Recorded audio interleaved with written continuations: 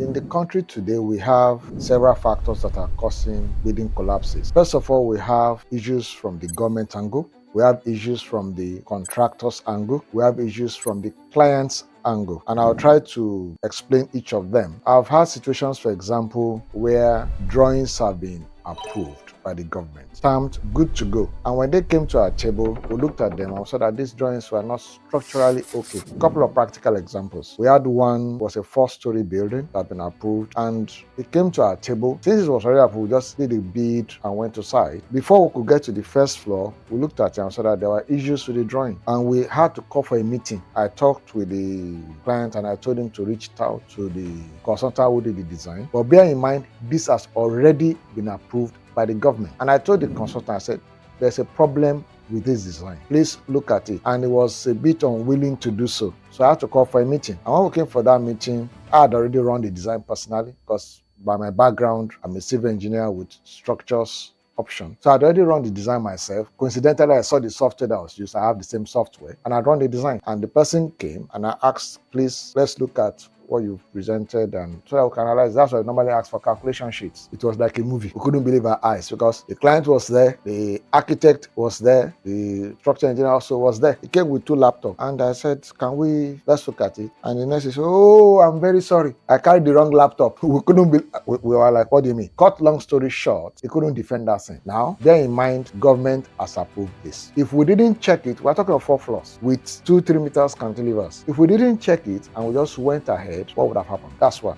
We had another case I'll say, that was in Rivers State. This one, another one in Lagos here. Just to mention that it's not peculiar to one state. And the person also came to me. He had gotten his approval, wanted to build, sent me the drawing, please quote. I said, no problem. Coincidentally, when I looked at the location of that site, I saw that it was just 2 minutes from one of our sites. People trek. So I said, I looked at this. So I know the soil conditions there, I know everything. And I looked at the design and I asked, I said, please, can you tell the person that I'd like to see how they arrived at this that I want to build? And everything went into voicemail. Till today, that site has not started. But bear in mind, government had approved. So one of the things I see as a challenge in the issue of building collapse is the fact that government needs to also upgrade its work with respect to checking what's designed before it is built, and also checking while construction is going on. Government is one. Also, I mentioned the case of like the consultants, contractors, the people who are professionals. With the little example I just gave me, that's one. You also have professionals who don't want to, because of profiteering, they don't want to comply. And I've,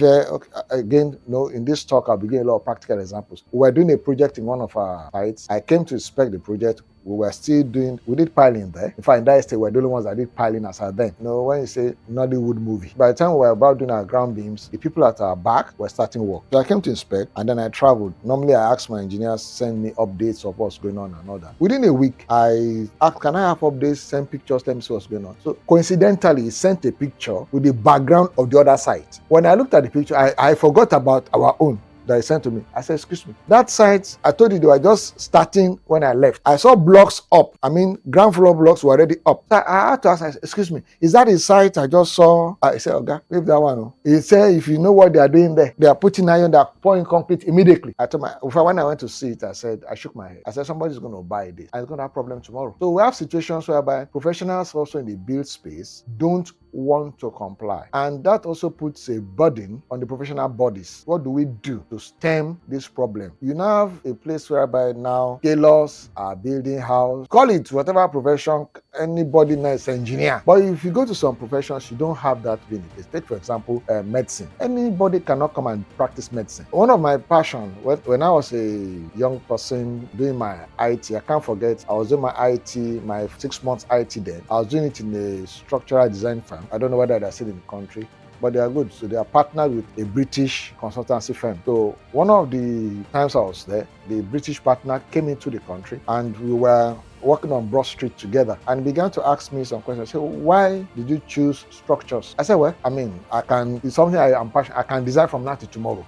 I enjoy it. He now told me something very important. To buttress why I said not anybody should get into the building space. He said, you see, structures is very delicate. Why? He said, if you build a road and it's not good, we know the road is not good. But if you build a house and that house has problem, lives will be lost. That's sinking. There are some other things people may venture into, and the consequences may not be as disastrous, but not in building of houses. People are going to stay inside there. So the professional bodies need to come up with a mode of operation whereby people who are not supposed to be in the build space shouldn't be there. So that's kind of providing a solution to the problem, because we have, like I said, those within there who shouldn't be there. We have those who are there who are cutting corners. So that puts a whole lot of burden on professional bodies. A few days ago, I was in a meeting with the Commissioner for Physical Planning here in Lagos State, and I was having a discussion with him. And when we delved into this matter, he also said something. He said, look, we have a problem in the country whereby we need to go back to teach values, because people don't like to follow rules, and it's affecting the construction industry. So number one, I've talked about the government, talked about the consultants and the contractors, both of them professionals or non-professionals, whatever you want to call it, that are causing problems in the building space. Then the last one I'll mention is the case of the clients themselves. Clients are also culpable. People believe it must be cheap, and cheap is relative. Not everything that is cheap is cheap. So we have customers who come and they are not interested in how it's done. All I do is I want it cheap. And I've had cases like that. Sometimes painfully, I've had to walk away from such clients. I've had to do that. The client comes to you and you tell the person, this is what's needed to be done. And the person, because of trying to cut costs, doesn't want to do that. One of my friends is also a civil engineer. Coincidentally, we were classmates, but he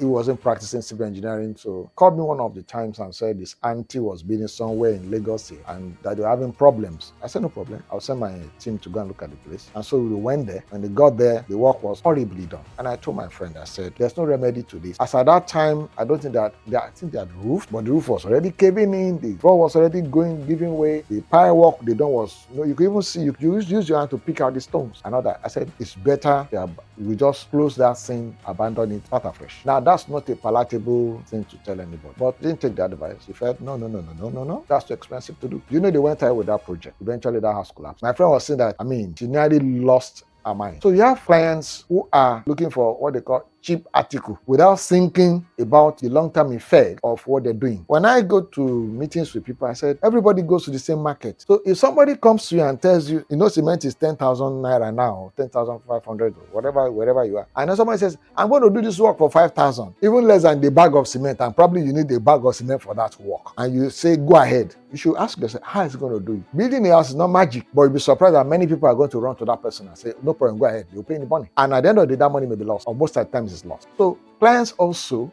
are culpable at times. So I encourage people that before you do commit your money to any building project or whatsoever, go and check track record. Do a technical competency check on the person who is going to do that project. That's more important than looking first at the money. When you look first at the money, you are looking at the wrong thing. So start first with because you are going to building is a capital intensive project. It's not like buying a shirt. If I don't like this shirt, I can change the shirt tomorrow. No problem. A house is like that. So take time out to do a technical competency check on the person you want to engage. Does he or she have a track record of delivery? Who are the people going to handle this project? It's not just titles, please. Not title. There are people who have title who are cutting corners. So these three aspects are critical when we're talking about dealing with the issue of building collapse in Nigeria. The government, consultants and contractors, and the clients. Everybody has a role to play.